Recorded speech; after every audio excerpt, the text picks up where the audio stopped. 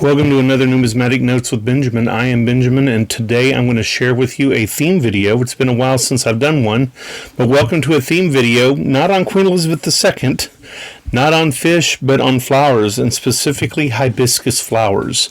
The notes I'm going to show you today all share a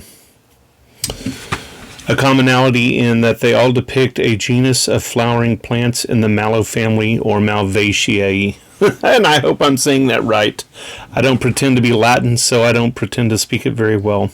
But plants in this family don't just include hibiscus. They include okra, Turk's cap, rose of Sharon, and even cotton. These are all plants that are in this family, and this family is very well represented in banknotes from around the world. If you haven't decided to like and subscribe to my channel, please do so now. And enjoy my more than 150 other videos I've made for your viewing pleasure. Hibiscus can be hardy, tropical, annual, or perennial, and appear in gardens, landscapes, and in the wild worldwide. They are popular even as a tea around the world. One species of hibiscus is used extensively for paper making, and another is used to make a rope in Polynesia. And interestingly enough, depending on the color, some of these hibiscus might be the flower of Kali and used as offerings to Kali as well as Ganesh. I have 9 different banknotes that I want to share with you today, although there must be literally hundreds of banknotes worldwide. Please feel free to add and cuss and discuss your hibiscus-bearing banknotes. Go ahead and click that subscribe button if you haven't thought to do so. On this East Caribbean currency banknote, or $1 depicting Queen Elizabeth, you can find the hibiscus on the back of the note right here. Ooh, and let me get my pointer since I've had people who don't like my fingernails on here. There's your image of a hibiscus. It looks like just a line drawing of one and not necessarily one that's specific. After that one, I have a really nice example of a banknote from the Republic of South Korea, which depicts what is called locally the mugunghwa, or the rose of Sharon, and you see a cluster of those right there. Now, in some places in Asia, these are fried. Some places they're put in soups because, just like okra, they do have a sticky, mucilaginous texture that makes soups thicker. So there you go, a South Korean 100 or 1001 with the mugunghwa. Moving from there, we have a note that I wasn't able to find in the Madagascar listings of the banknote book, so I just opted not to use the banknote book for anything. They like to say they're the best in the world, but they're not complete by any means, although they like to say they are. But here we have on the face of this 50 Ari, we have some hibiscus flowers right here. They're a beautiful note. They're a beautiful flower, and I do like the banknote book for what it is, but it's not where they say they are just yet as far as I'm concerned. Next, we're traveling to Malaysia, and this is a 20 ringgit, and you can see on the face of this note right here the lovely and wild colored hibiscus that here. I think they call this a bungaraya in the local language. It has a very beautiful hibiscus flower that you'll find on this and many other notes of Malaysia.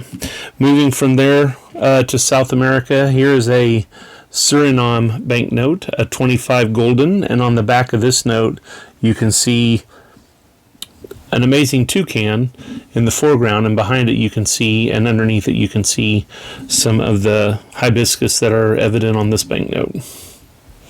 This note has a whole lot more to tell. I hope that you guys don't think that this note is worthy just because it has a hibiscus. There's a whole lot of story to be told on that note. And who knows, I might be the one that tells that story. Moving back to Malaysia, we have a 1 ringgit polymer, and the coloring is not nearly as garish on this 1 ringgit that you can see here. This is a polymer substrate. You can see the see-through window right there, and you have your bungaraya right there again. And again, I don't profess to be pronouncing these names right. I'm sure you guys can correct me if need be. Moving across the world to Africa for the next note, and we have a 50-cent banknote from Sierra Leone. This banknote shows very clearly over here to the right a cluster of hibiscus flowers.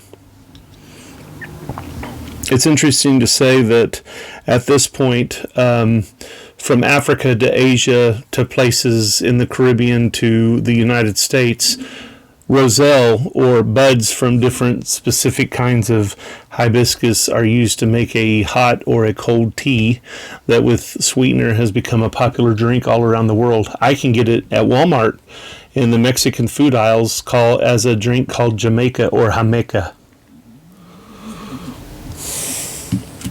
We're going back to Asia for this next note. This is an older note, not in very good condition, but since I lived in Korea, I like to imagine this note sat in somebody's pocket who was in the war, or, you know, who spent it in the local commerce, and who knows who had this note. But we have here at the base of it, next to Isingman, we have a group of rows of sharons here, or as they say in Korean, mugunghwa. Flowers in adversity. That plant will literally grow anywhere, and it seems to have the endurance of the Korean spirit. And the final note I have in my group of 9 hibiscus depicting banknotes is this note that takes us back again to Malaysia. And on the back of this note, you can see very lightly in the bottom right-hand corner, probably the prettiest rendition of the hibiscus that I was able to find on a banknote of Malaysia. Pretty simple. So yeah, there's literally hundreds of notes in this theme, and I would encourage you guys to do some research of your own and consider finding different notes that you can add to this video. And please feel free to cuss and discuss. I didn't go into Latin nomenclature in this video. That's a little bit beyond the scope of this, nor do I pretend to think that I would know the local name for every one of these banknotes or every one of these hibiscus flowers on the banknotes. Please like and subscribe. I am Benjamin. This is my YouTube channel, Numismatic Notes with Benjamin. Have a jewel of a day.